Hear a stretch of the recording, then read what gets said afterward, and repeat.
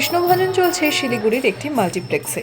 এই প্রথম শিলিগুড়ির মাল্টিপ্লেক্স থিয়েটারে প্রদর্শিত হলো ভগবান শ্রী নরসিংহদেবের ওপর ভিত্তি করে তৈরি একটি পূর্ণ দৈর্ঘ্যের চলচ্চিত্র। আর সেই ছবি দেখতেই ভিড় করলেন ইসকনের ভক্তরা।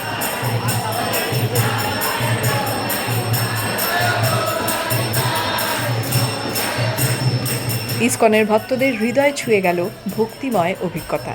ভগবানের 10 অবতারের মধ্যে নরসিংহদেব এক বিশেষ অবতার।